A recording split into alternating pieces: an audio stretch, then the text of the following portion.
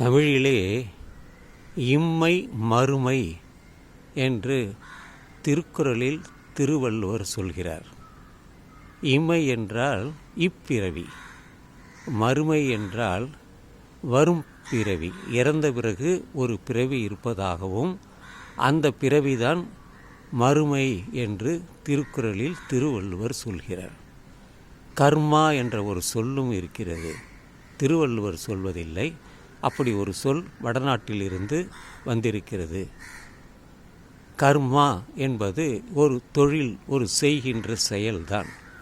அது நீ எந்த செயலை செய்கிறாயோ அது உன்னுடைய எதிர்காலத்தில் மறுபிறவியில் அதனுடைய அதனுடைய தாக்கம் உனக்கு வரும். ஆதலினால் இப்பிறவியிலேயே நீ நல்ல காரியங்களை செய்ய வேண்டும் என்பதுதான் கருத்து. அந்த கர்மா என்பது தமிழிலேயே திருக்குறளிலே இன்னொரு குறளும் இருக்கிறது. நீ இப்பொழுது எதை செய்கிறாயோ அதனுடைய பலன் உடனே உனக்கு இன்றே கிடைக்கும், இப்பொழுதே கிடைக்கும் என்பதுதான்.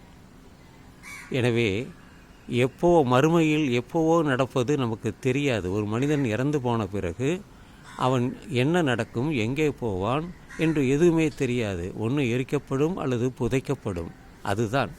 அதன் பிறகு அவன் பிறப்பெடுத்து இன்னொரு மறுபடியும் பிறப்பானா என்பது உறுதியற்ற நிலைதான்.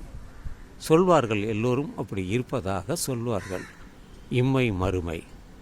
அதனால் நாம் செய்கின்ற காரியத்தை இப்பிறவிலேயே, இப்பொழுதே, இந்த நிமிடத்திலே நாம் நல்லதை செய்துவிட்டால் அதற்கான பலன் நம்மை தேடி தானே வரும் என்பதுதான் கருத்து.